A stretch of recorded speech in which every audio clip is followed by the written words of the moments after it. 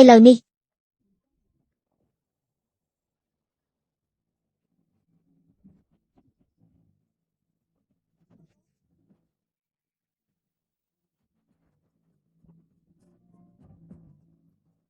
ឈូយ៉ានកុំអើសប្បាយចិត្តពេកអីយិនស៊ីងបើបានចាក់រួចហើយរឿងហួលៀតវានឹងកើតឡើងមិនខានទេជាងហៅយើងបែកគ្នាទៅ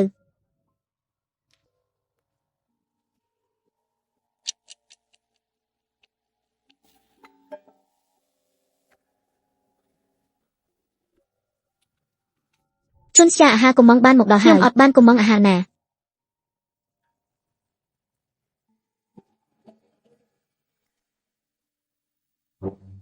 គឺខ្ញុំទេអ្នកមករកខ្ញុំអត់ខ្លាចឈូយានឃើញទេអីអ្នកកុំប៉ះខ្ញុំឥឡូវនេះខ្ញុំឈប់ចាប់អារម្មណ៍អ្នកហើយហេតុអីអ្នកគ្រាន់តែឈរមើលគេធ្វើបាបខ្ញុំ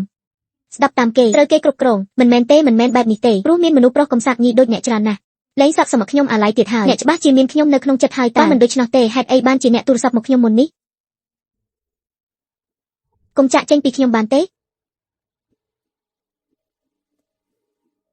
ថ្ងៃស្អែកប្រពន្ធអ្នកខុបកំណើតបើអ្នកមកនៅជាមួយខ្ញុំអាចគិតថានឹងមិនចាក់ចេញពីអ្នកតែបើអ្នកបដិសេធនឹងគ្មានឱកាសលើកទី2ទៀតទេ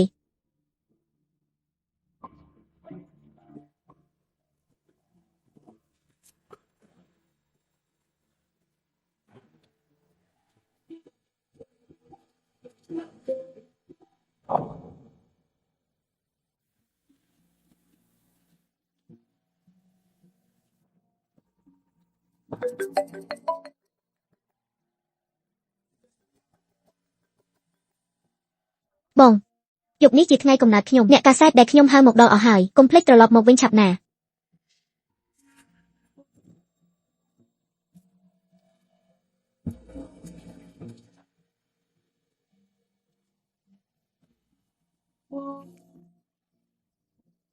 បន្តិចទៀតប្តីខ្ញុំត្រឡប់មកវិញកុំភ្លេចថតយើងឲ្យមើលទៅផ្អែមល្ហែមបន្តិចទៅលោកស្រីជាងអ្នកស្រីកុំបារម្ភអីយើងខ្ញុំប្រកាសជាថតអ្នកទាំងពីរឲ្យមើលទៅប្រុសសង្ហាស្រីផ្អែមល្ហែមខ្លាំងណាស់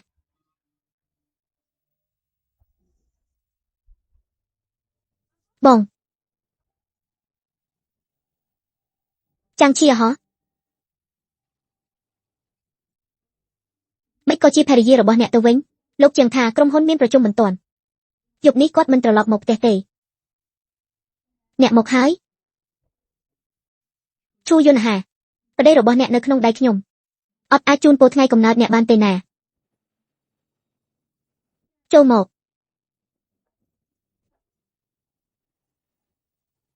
ថ្ងៃដ៏សំខាន់បែបនេះយើងថតរូបមួយសន្លឹកទុកជាអនុស្សាវរីយ៍ទៅ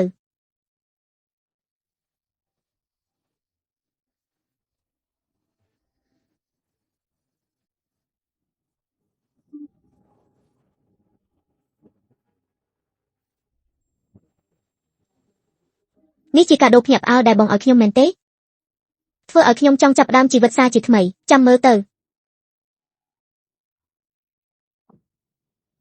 របស់បេសាចនឹងគឺជារបស់អ្នកស្រីដ៏ឆ្លាតវៃវាសនាខ្ពស់ត្រដែតតែបើផិតក្បត់ជោគវាសនាពិបាកនឹងសម្រេចសុបិនគ្រួសារអ្នកមានបែកបាក់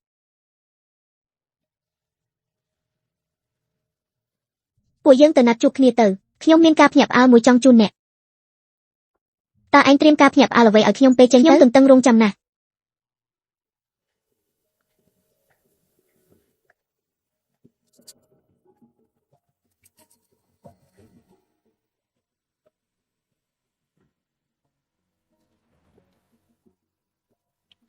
ជាងហៅរូបនេះស្អាតទេស្អាតស័ក្តិសមនឹងអ្នកណាស់ចុងក្រោយឯងបានត្រៀមអ្វីឲ្យការភ្ញាក់ផ្អើលខ្ញុំបានប្រាប់ហើយថាវាជាការភ្ញាក់ផ្អើលក៏ប្រាប់អ្នកកើតទៅខ្ញុំទៅសាកពាក់រូបនេះឲ្យអ្នកមើលសិនបាន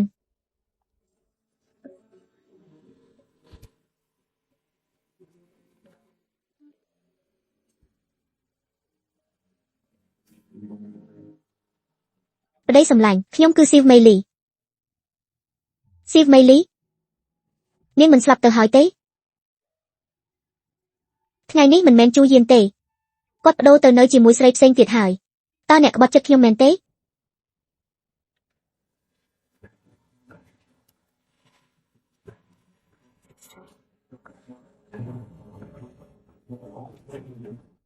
ជាងហាវខ្ញុំស្លៀករូបនេះស្អាតទេអ្នកចង់បដូរមួយទៀតទេអ្នកកើតអីមើលទៅអ្នកមិនសូវស្រស់ស្រាយសោះអង្គុយចុះស្អាតទេ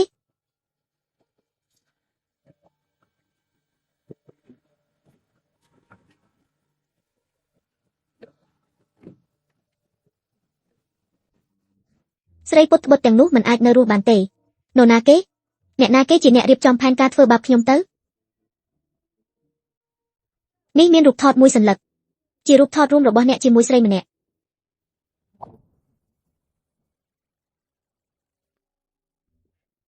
គឺស៊ូមីលីប្រកាសជានៅរស់អ្នកមិនអីទេអ្នកមើលទៅហត់ណាស់ចង់សម្រាកបន្តិចសិនទេសូមរីករាយជាមួយរាត្រីចុងក្រោយដែលអ្នកអាចសម្រាកបានចុះឆាប់នេះអ្នកនឹងបានរួចផុតហើយ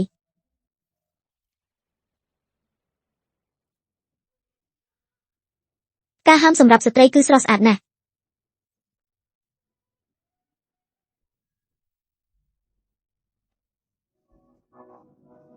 សុំទោស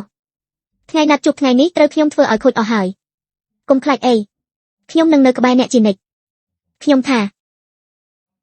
ឯងពិតជាសប្បាយចិត្តមែនទេទោះមានរឿងអ្វីកើតឡើងក៏ដោយឯងនឹងនៅក្បែរខ្ញុំជានិច្ចមែនហើយឯងកុំបារម្ភអី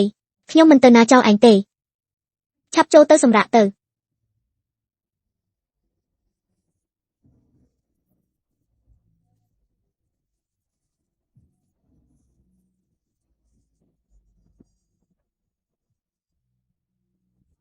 យល់អន់ក្បាលប្រឈមមុខប្រឡឹងតាមដងផ្លូវសុទ្ធតែអាចទិញលក់បានគិតដោយស្មោះថាអ្វីជាស្នេហាពិត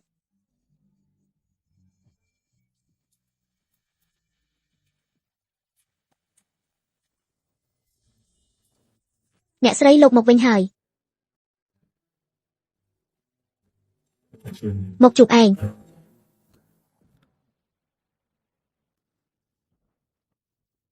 ថ្ងៃកំណើតខ្ញុំឯងហ៊ានមិនត្រឡប់ផ្ទះពេលយប់ទៀតហើយថែមទាំងរត់ទៅរកបងស្រីជុងសឹងដើម្បីពន្យល់ទៀតពន្យល់មកខ្ញុំមានអីត្រូវពន្យល់ឯងធ្វើឲ្យផ្ទះទៅជាបែបនេះខ្ញុំពិតជាធុញទ្រាន់ណាស់ឯងមានន័យថាម៉េចគ្មានន័យអ្វីទេយើងលែងលះគ្នាទៅលែងលះឯងដឹងទេថាឯងកំពុងនិយាយអីអ្នកស្ដាប់មិនយល់មែនទេខ្ញុំប្រាប់អ្នកទៅចុះបានលងស្រឡាញ់ឆុងសឹងហើយអារម្មណ៍ដែលខ្ញុំនៅជាមួយគេអ្នកមិនអាចផ្ដល់ឲ្យខ្ញុំបានទេអ្នកបានលងស្រឡាញ់ឆុងសឹងមែនទេអ្នកទាំងពីរទើបតែជួបគ្នាពីរបីដងសោះក៏លងស្រឡាញ់គ្នាទៅហើយសហគ្រិនជាងហាវត្រូវបានទម្លាយរឿងលួចលាក់សារជាថ្មីបោះបង់ចោលភរិយាដ៏ល្អឈូយ៉ានឈ្មោះត្រូវបានប៉ះពាល់ក្រុមហ៊ុនជាច្រើនបានបញ្ឈប់ការសហការជាមួយក្រុមហ៊ុនហាវសឹងហើយអ្នកអាចចាក់ចេញពីខ្ញុំបានមែនទេចុះក្រុមហ៊ុនអាចលំឈប់ទៅល្បិចកតូចតាចរបស់អ្នកមើលងាយខ្ញុំពេកហើយខ្ញុំប្រាប់អ្នកថាក្រុមហ៊ុនរបស់ខ្ញុំជាងហាវមិនទាន់ធ្លាក់ដល់ថ្នាក់ត្រូវឲ្យស្រីម្នាក់មកសង្គ្រោះនៅឡើយទេព្រឹកស្អែកម៉ោង 8 ទៅជួបគ្នានៅការិយាល័យអត្រាហើយអ្នកនឹងចេញទៅដោយដៃទេអ្នកហ៊ានមែនទេខ្ញុំខ្លាចអីមិនហ៊ានកុំភ្លេចភស្តុតាងដែលសូវយីងមេគួយសម្រាប់ស៊ីវអ៊ីងណានេះជាការគំរាមកំហែងមិនមែនជាការគំរាមកំហែងទេនេះជាការណែនាំដោយសម្ដីល្អជាងហាវខ្ញុំគ្មានផ្លូវឲ្យពួកឯងបានដូចចិត្តនោះទេឈូយ៉ានរីករាយនឹងការជិះចាប់ដែលខ្ញុំបាននាំមកឲ្យឯងចុះ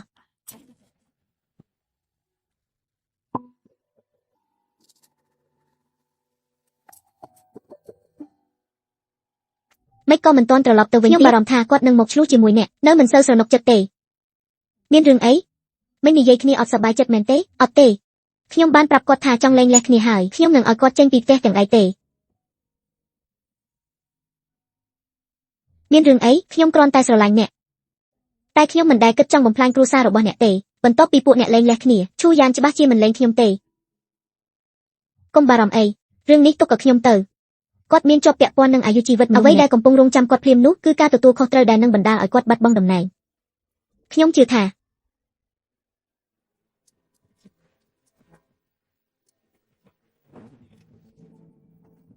ចាប់ពីថ្ងៃនេះទៅយើងអាចនៅជាមួយគ្នាជារៀងរហូត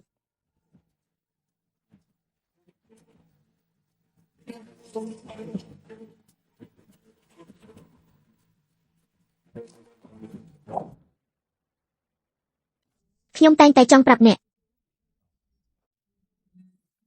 ក្តីស្រមៃដែលអ្នកបានបង្កើតឲ្យខ្ញុំ